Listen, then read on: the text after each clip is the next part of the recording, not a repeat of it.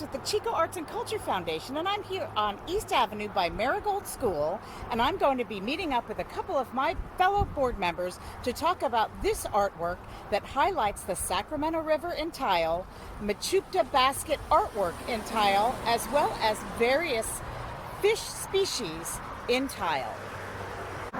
Hi, I'm Monica McDaniel. I'm a member of the Chico Arts and Culture Foundation and a member of the Chico Arts Commission.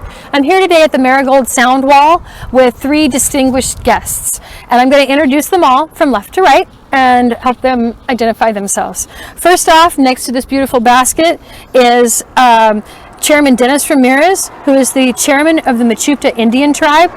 Next to him is Dr. Mark Albanza. He is the Tribal Administrative Officer for the Machupta Indian Tribe. And we have, next to him, we have Dr. Browning Nadeau. He is the newest member of the Chico Arts and Culture Foundation.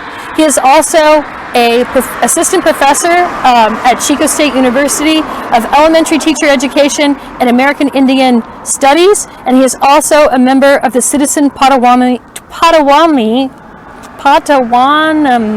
Nation. Thanks for being here today, you guys. Thank you for having us. Thank you. So, can I ask for a recognition of the land that we're on today? This is the land of the Machupta Indian tribe for hundreds and hundreds of years. It is starting to be recognized more by the community, realizing that there is a tribe located here in the Chico area.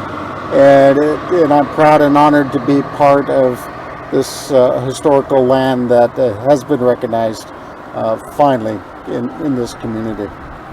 Thank you. Thank you so much. Thank you. When the sound wall was built, it was just going to be a protection for the students at Marigold School from all the traffic that you hear behind us. But the members of the Art Commission and the Arts Coordinator chose to recognize local people through this artwork. Can you tell me about the basket that you're standing in front of, its significance to your culture, to your nation, to your people, and a little bit of the details about it, please? The basket that's behind me is my great-grandmother's design, along with the other ones, are from Amanda Wilson, who made baskets just for her community, not realizing that, a couple hundred years later, that it's going to be recognized as art. Knowing her designs were her designs. It's just like a footprint. You have one that nobody else can recognize it. Mm-hmm. So it's an honor to be able to be standing next to her design, knowing that the history is a bloodline, and I'm proud to be here today. I'm proud to have you here today. And I'm proud to be talking about this with you. It means a lot. It means a lot. The sound wall also has features that represent the local watershed, and then it's got fish embedded. Can you talk about the watershed, the fish population, and how that relates to the indigenous people, the local indigenous people? Sure. The watershed, the Sacramento River, and then you got the Chico creeks that run through Chico.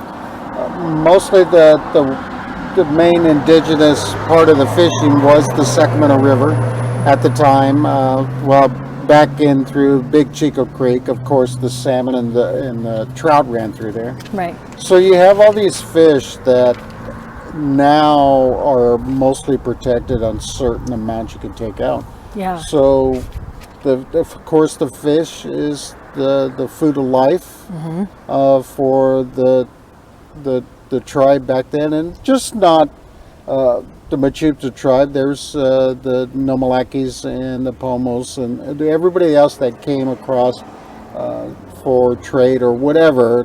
The river, it was plentiful, so yeah, Right. it was open for everybody. So it was a food source for so many indigenous peoples in the Yes, area. yes. Would you say that there are any fish that aren't in the river anymore that you're aware of? I think they're all there. Okay. I think they're just sparse now. Okay. Just the way the watershed is being damaged, Sure. or sometimes it's overfished. Uh-huh. But I think a lot of it's with what's coming into the rivers and actually what's going out for food source and farming. So Right. yeah, it's changed. Right. And Chairman Ramirez, you're a member of the local indigenous population, and Dr. Nadel, you are part of a indigenous population that's not local. Being an ambassador to our area, and is there anything you want to add to this conversation about arts and culture, or about how indigenous people in Chico, or any thoughts? I think pieces like this add a sense of place to our community, because every different tribal community has different things that make them special and unique. And having pieces of art like this remind us of where we are and this particular space and honoring place. Just like we start off with honoring the local indigenous community here and the Mechoopda Indian tribes. This helps us remember that whose place that we're visiting here.